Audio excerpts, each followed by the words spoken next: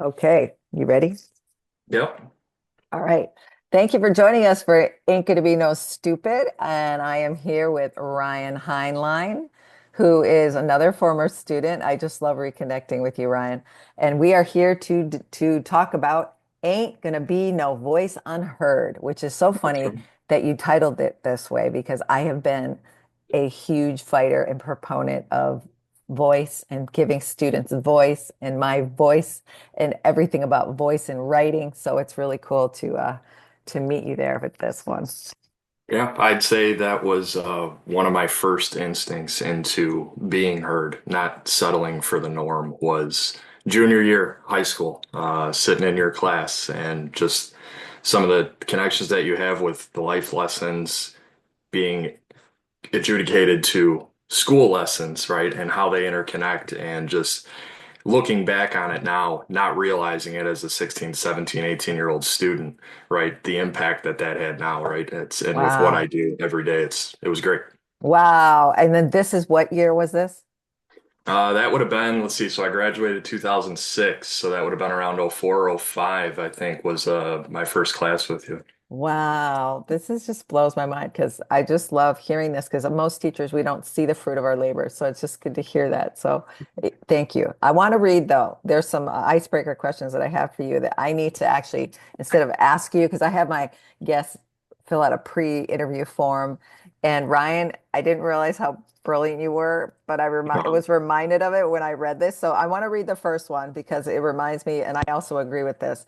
I just said just anything that you want to dispel ignorance about. So I'm going to read what you wrote. You can elaborate, I'll elaborate, and then we have another Sure. one. So one thing you said, one thing I know for sure that seems to baffle others, the toilet paper roll must hang over the top. It's not just about aesthetics. There's a psychological edge to it. The overorientation not only allows for easier access, but subtly asserts dominance over the chaotic universe of tangled toilet paper frustration.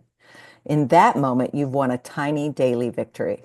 The underhangers, they're just out here living dangerously, flirting with madness. I mean, it's true. It's, one thing growing up, my mother always said she used to yell constantly about the toilet paper roll hanging up. And, me or my brothers or my stepdad, we'd put a new roll on it and she'd get upset, because we put it on backwards. And one of the things she always said is bangs are cool and mullets are not, right? So if you think about it, the way that it hangs over, and I guess it's statistically proven that if you hang it over the backside, you use more paper. So that Yeah, it's a well, double. actually, I heard the opposite this year. I heard that if Really? you hang it under, you use less, which drives me nuts. I like the overhang as well. Because you can't see it. It's got to overhang. It's the only plausible way to use Well, it. have you ever been in a public restroom where you know the ones that go click, click, and there's like Yeah. five rolls, and then you can't get into the roll, so you're digging with your fingers to get like to rip Yeah. the paper so you can actually rip the paper? Oh my gosh, this is a whole conversation. It's exactly what I'm talking about, right? It's dangerous. You don't know what's going to happen there. And then I want to ask the big question in the marriage that you're in. Hmm. Is this a battle between the two of you? No, no, we are on the Oh, same page on that. I think Same that's a page. first date question you should ask, don't you Yep. think? Are you an over or an underhanger? I love the bangs and the mullet metaphor. That's awesome. All right, number two, I asked you this. I said, would there be any event, competition, family gathering, profession, relationship, request, contract, spam, scam, food tasting that you found yourself in that you later felt duped, trapped, or confused? That's the question. And you Yep. wrote, one time I thought I was just helping a member with a simple grievance, quick paperwork, easy win. But that simple case turned into a labyrinth of policy loopholes, endless back and forth emails, and surprise interpretations of the contract that seemed to multiply by the hour.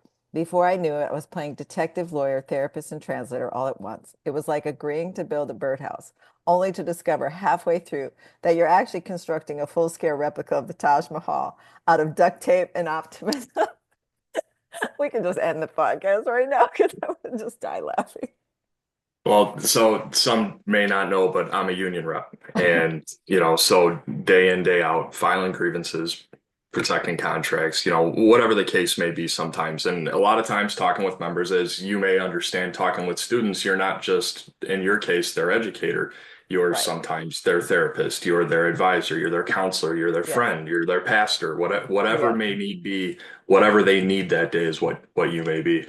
And this one specifically, I think it was an overtime situation. It was posted wrong, and we filed a grievance on it because they skipped a bunch of people in line, and newer management at the company at the time, and exactly what that was. They're trying to find every gray area and loophole, and Mm. next thing you know, you're discussing all parts of the contract that have no relevance to the actual grievance. Oh my And gosh. the members getting angry and management's getting angry, so you're trying to calm everybody down and get the whole thing done. And in a sense, you're the mediator in the Right. middle of it, right?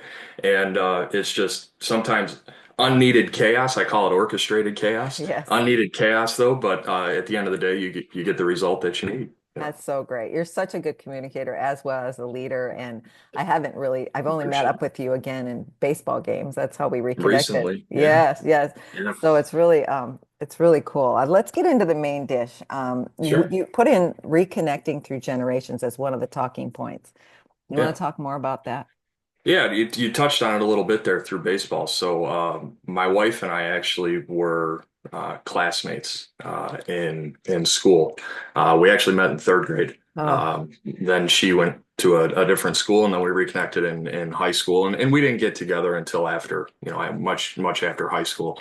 But my stepson, who's now 19, recently graduated from Oak Lawn and plays baseball, right? mhm. So that was sort of how you and I reconnected. I churned one day at a baseball game, and there you were, Yes. right? And it was great. It was good. It was good to see you, and we connect, and uh, realizing what transpired throughout my whole life of leaving high school and going away to college, and then this isn't for me, right? And I Mhm. come back, and I started working in the shops, and then I got into a union shop and progressed through up, right?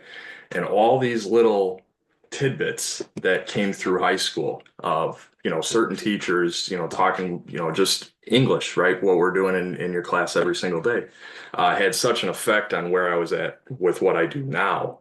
Um, but it was just ironic, right? The full circle loop back Yes. that generally you leave high school and you may run into a teacher or two here and there once in a while, but it got to be kind of repetitive over the past 2 years, seeing you at all the games, I right? And know, it right? was it was it was great. But it was just interesting how my high school life transpired into now my adult life, and the connection, obviously my stepson, the connection between me and my wife, uh, brought us back together, Right. where we could talk about everything that happened in high school with Yeah. having no fluorescent lights and just lamp lighting. And there may have been a rabbit or a guinea pig that showed up in class one day, but we won't we That's right. won't touch on That that. was the year I think I gave away my guinea pig as a prize to a kid who won a contest or something. Oh my Yeah. gosh, those were those days. Yes, and yeah, I still was always vexed by those fluorescent lights. They've since put in new ones that are even brighter, so I got more lamps.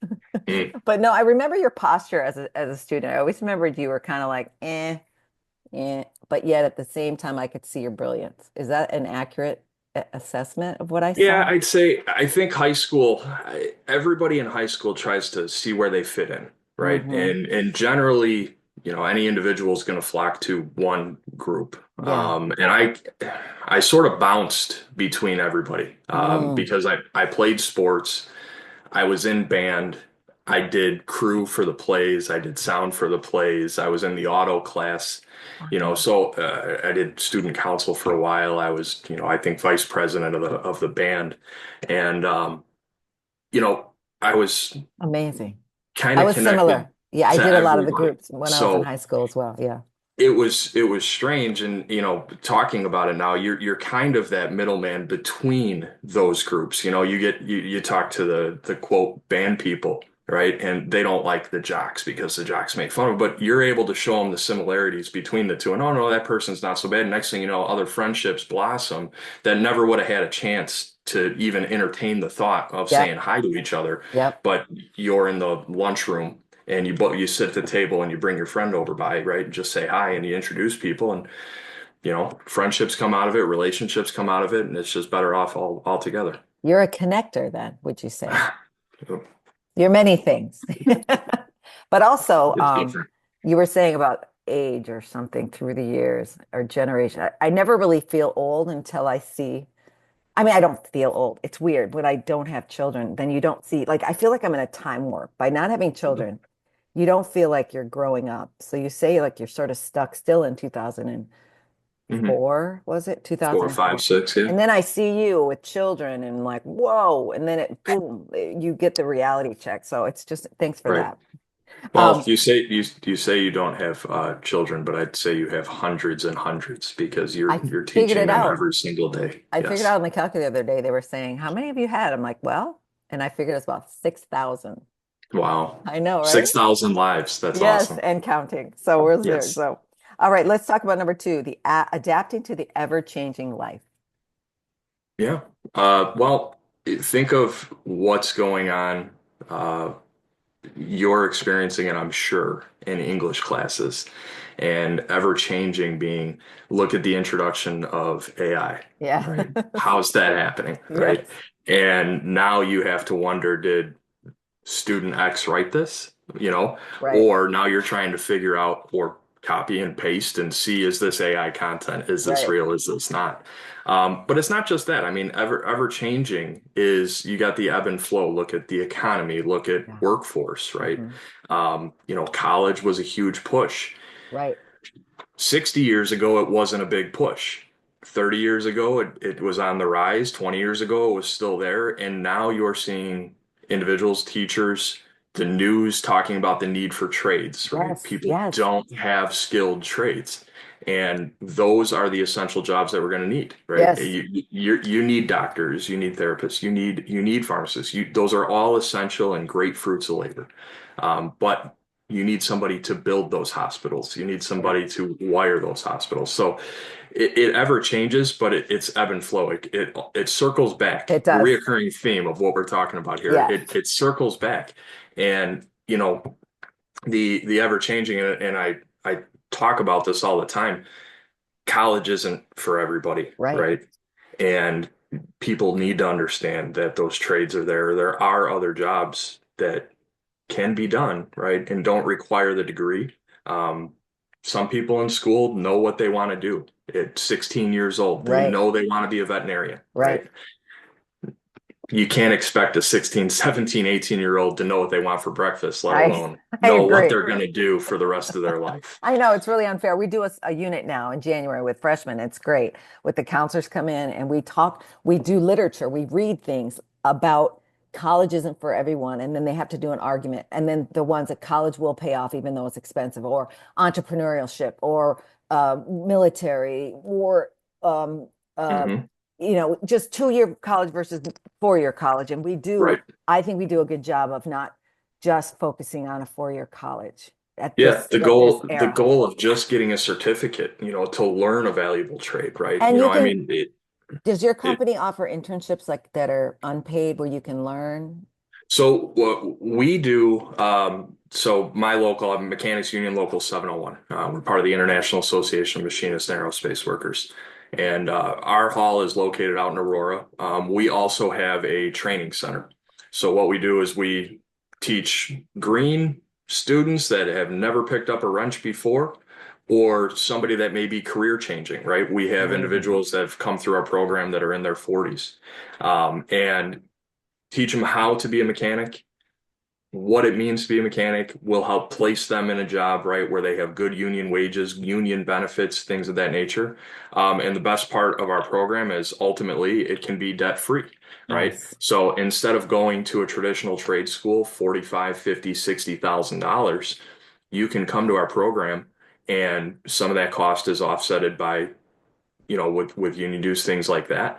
But at the end of the day, you can apply for certain grants that, we help facilitate through and everything like that, where you're just paying consumable fees, where it may only be $1,000, $2,000 for a 2-year program. You come to school 1 day a week, you work the other 4 or 5, Is right? it, So you're learning in the classroom, you're learning while you're on the job, and at the end of the program, you're able to go out and be a qualified, full-fledged journeyman, as long as you want to continue to put in the work. is there a long list of waiting list or is there a demand? So we're actually in the middle of a build out. We're expanding so that we can offer more classes, more programs. So we just have a semester that's coming in January. And we have 30, I think 30 more students that are coming through. In this last application process that we had a few months ago, I think there was close to 70 or 75 applicants that came through. So it's growing, exponentially. I think Great. it's 300 or 400% over the last 2 years. But yeah, it's great. Obviously, I'm a little biased, right? Because No. that's what I do. But I love the program. It keeps me in that education mindset, right? We've talked about it a little bit in the past. When I left high school, I wanted to teach, and I wanted to teach music education. I was going to double major music education and journalism. Those were my two things that I was going into. And then 2008 happened, and you watched the bubble and the crash. And then I watched as schools and organizations were slowly getting rid of the arts.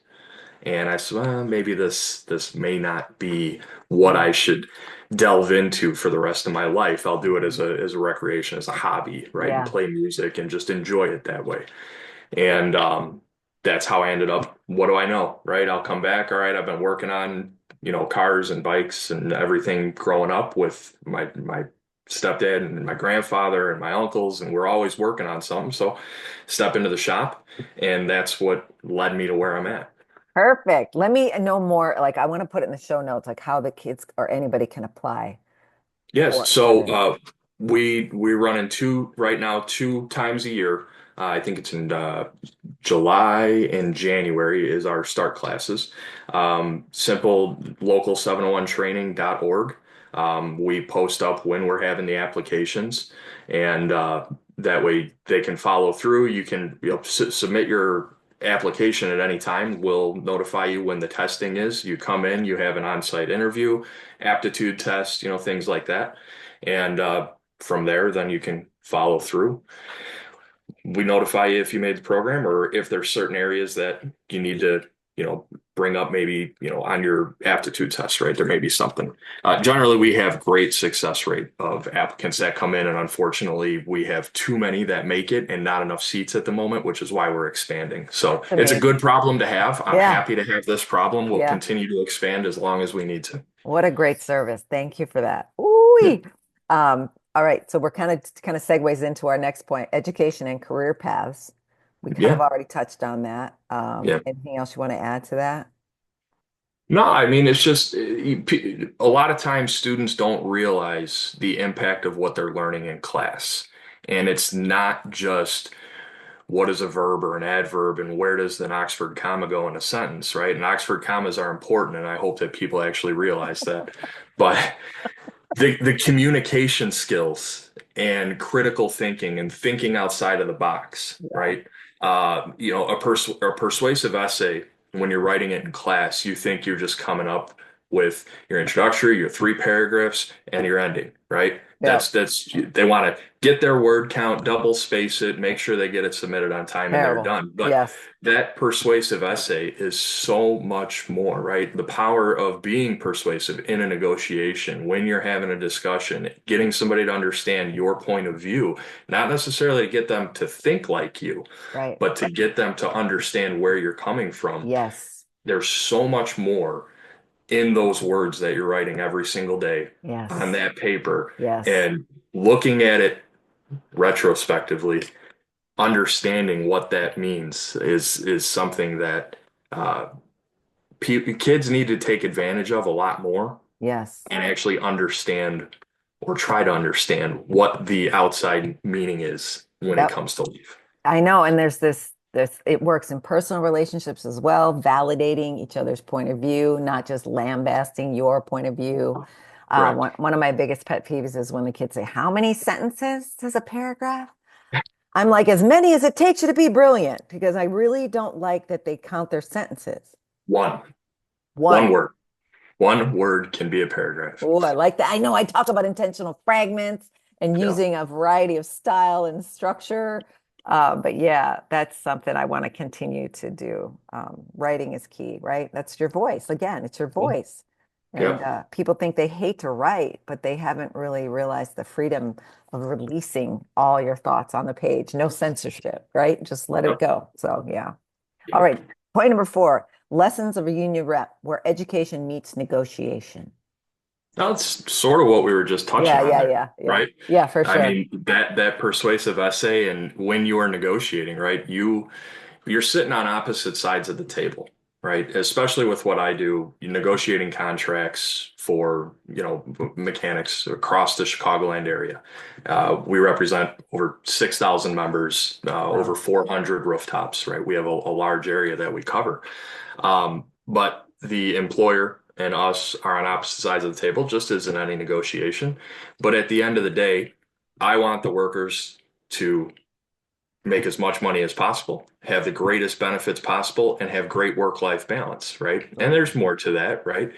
But the employer, well, they want the same thing. They want to make as much money as possible. They Yeah. want to have a workforce that wants to come to work, and part Right. of that is them being there. So even though you're on opposite sides of the table, you're actually on the same side. You're Right. trying to get to a common goal. Good. And having them understand that you're not here trying to take every dollar out of their pocket and put it into the workers, right? The workers deserve a piece of the pie and they deserve more than Yes. just the crumbs that are in the bottom of the dish, right? Yes. Because without those workers, that work, the work that they're completing, that CEO behind that desk or that corporate leader, half of them can't come out and do the job that these individuals are doing, but their clipboard is telling them that they're doing it wrong, right? Uh-huh. So you have to make them understand that the fruits of this labor, that is what's driving this business, and that's what's continuing to go. And there's all sorts of it in marketing aspects and everything else on the backside of that that comes to it. And I understand it. Yeah. They can't make every dime that the company makes, right? Right. But they deserve a fair share. Absolutely. Every worker deserves that fair share. Absolutely. And now I've always noticed mechanics don't ever work an 8 hour day. Is that happening? It's always like It's 10, 12, 14. On average, yeah, I would say the average is 10 to 12, Mm. especially when you look at car shops, right? I mean, and there's individuals that they only want to work 8 hours. That happens everywhere, right? There's people that don't want to work 8 hours. They want to work Yeah. six, they want to work five, or some people don't want to work at all. It's just a necessary evil they feel they have to do. But in car shops, a lot of them work, which is called flat rate, book time, right? So the job that you get assigned may only pay 2.5 hours. And if it takes you 4 hours to do that job, you're getting paid 2.5 hours, right? Now, on the flip side, job could pay 2.5 hours and you could get it done in an hour and a half because you've done 500 of them. You know how to do it. Congratulations. You Yeah. got a Yeah. free hour. I get it. So, but in general, yeah, fleet maintenance, things break, right? Trucks need to run. They need to get up and going. Hydraulic hoses break in the dead of winter, right? You got a mechanic out there busting his butt to make sure that that truck or that piece of equipment or whatever it is back up and running so that your food's delivered or that your Right. car is, whatever the case may be, right? They're essentially that backbone of that, right? So that it's long, it's grueling, it's toll on the body, and that's why we advocate for them to get Right. as great as benefits as Absolutely. they can, right? So they can enjoy the fruits of their labor. Right. What about like the thing that I always thought was kind of vexing as a mechanic would be the parts. Okay. You Mhm. need the part. You got to go get the part. They don't Yeah. have the part. That whole thing delays the game as well, right? Yeah, you're waiting. And those times, so what happens is these manufacturers come up with a time labor study on how long it should take you to fix this water pump, right? But when they do their labor studies, that engine is out of the car, sitting on a stand. Right. There's a table that has every tool you need, and they got a guy with all the blueprints there, and it's fixed, right? And they say, "Whoa!" They stop the clock. It should take you 2 hours, right? Every Mm. time you stop and you go grab another tool, they're stopping the clock. They're starting it again, and they're culminating what that time is altogether. Well, now old Betsy brings her car into service, and Why is it you got to get be old assigned. Betsy? Just kidding. Well, it was the first name that came up. She brings the car in for service, and it's got 180,000 miles on it, and it needs a water pump, and it's going through the Chicago winters and the hot summers, and you got all the road grime and rust and everything, and it may take you 2 hours to get that first bolt out, right? Manufacturers didn't think about that. Nor at the end of the day, do they really are they caring about that? No, that's Right. what they think this job should take you to do it. They're not the ones in the real world doing it. You know what? This applies to every single profession out there. You, anybody 100%. listening that's in any could argue that same point, and Yep. that's now a new metaphor for anyone Yep. in the world who's listening to just, Yeah. use that as that whole rusty bolt. They had that show, and I don't think it's still airing anymore. You can catch maybe reruns of it, but remember Undercover Boss Yes. and how eye-opening it was I don't for these cry. I don't owners cry and much, these and that show makes me cry. yeah, because you get these owners and these CEOs that get out to the shop floor that Yes. maybe have never been there, right? Yes.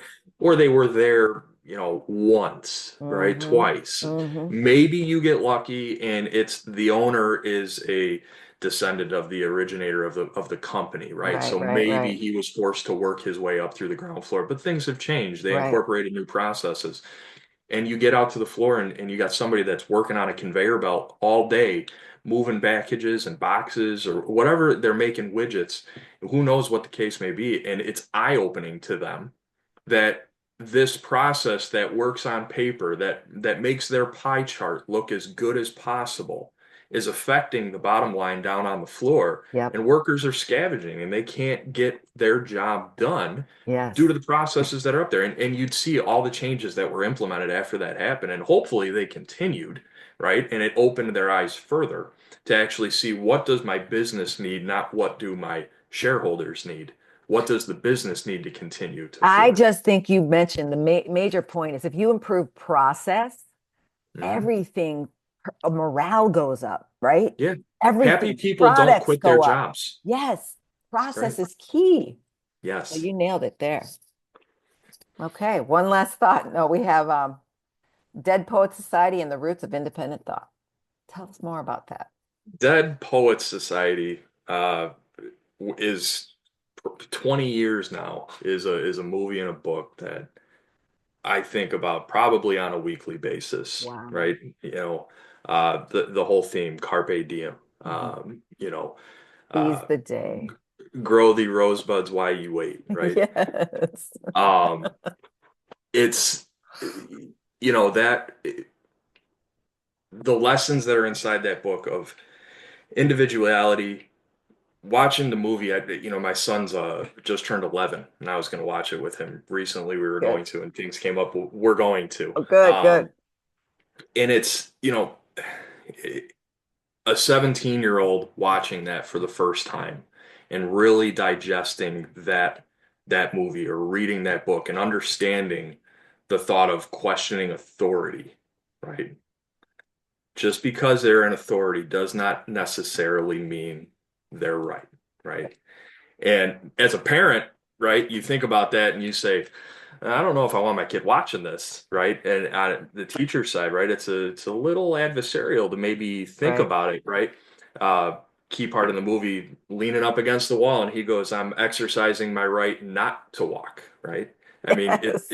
it's a great uh, it's a great role metaphor to the role of what I do now of questioning authority or asking hard questions, right? Right. It's I know. did you know Robin Williams what drew him to that film No. was being able to portray Mr. Keating, being able to portray the teacher that he wished he had growing up. And that's what made him dive into that role as much as possible. Oh yeah, you'll be inspired. You definitely will be inspired. And it also for parents that are really into the grind of making your kid perfect and college Yeah. bound and don't you have to get all A's if there are still parents like that it'll make you just really check yourself as a parent, right? Stop the insanity because that movie is really eye-opening for that too, It's right? it's such an early expression of just resisting conformity and Yes. expressing independent thought. Yes. And so what did you end up doing that in my class for the final project? So we had this project. We watched the movie. We read the book, watched the movie, and you gave us. I don't, to be honest, I apologize. I don't even know what the actual assignment was. I don't either.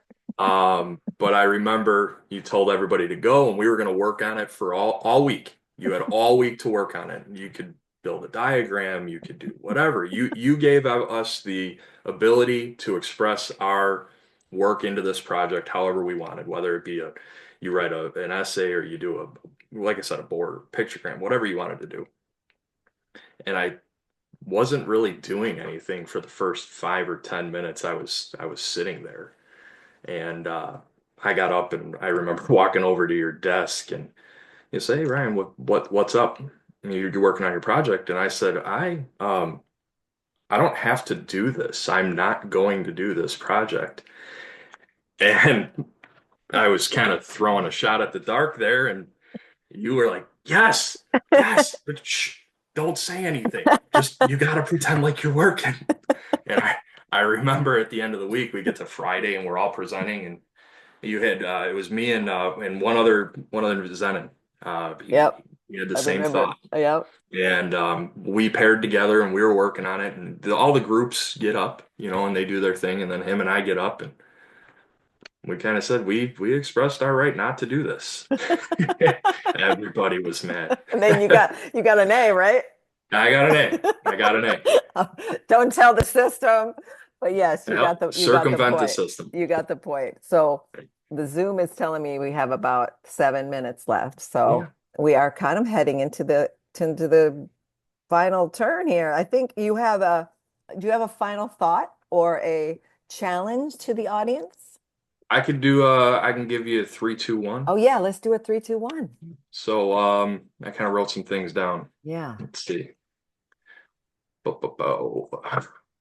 So 3 things every worker or person Yep. in general, right? It's kind of the overall theme should know how to say no, right? Yes. Not every opportunity is worth your time or energy. Simple. I agree. 2, when to walk away. Yes. Bad job, toxic relationship, bad deal. Cut your loss. Perfect. Know when to walk away. And then 3 would be power of collective action. Mm, Big changes happen when people come together with just a shred of purpose and express their idea. They come together, big things will happen. love that. Yes.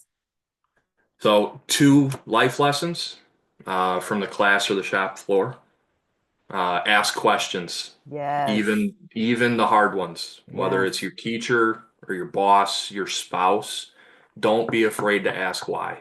I love that. I also tell my students when you ask a question, often teachers react when you Hmm. don't, because they hear that question all the time, but say, I understand when you explain this, this, and this. However, Right. I don't understand when you did this. Could you elaborate on that, please? Yeah, exactly. Um, the second one would be mistakes are just part of the process. Yes, You just like in school, you learn when you learn the most when you mess up. truly. It- if you're going to build a fence behind your house and you've never built a fence before, I guarantee you by the time you get done with that fence, you're going to know how to build it. I love that. Yes. And then one thing to never forget, and this is important, whether it's a classroom, you're at home, at a union hall, which is big with me, is your community matters, right? Yes. Stand together, fight together, you'll succeed together. Wow. Wow, Ryan, you are so wise. I can talk to you for hours. Okay. But oh, seriously, I so appreciate you. This has been such, and I believe your voice was heard today. I hope so. I appreciate you so Hope much. so. Send my It was love great to to see you. your beautiful family, Kelly and the kid. Absolutely. And She says hi. yeah, of course. I love her. So I'm so glad you guys got married. Yeah. Yeah. Long time. We've been together. Yeah. I, don't tell her, but should have probably done it sooner. I But know, I know you it's should have. great. I'm happy to be married. So I'm so grateful that that happened. But all right. So I will tell them where to find you. Oh, wait, we can find you you gave me your email. I'll put it in the notes, but Yeah. you're on X and Yeah. you are, Twitter or X yeah, as it's called. yeah, and then I've got your email as well. So I'll Yeah. put that in the show notes. So I appreciate Yeah. you. All right. Well, Absolutely. have a Great good talking one. with you. All right. You too, It's, Ryan. Take care. bye. Bye.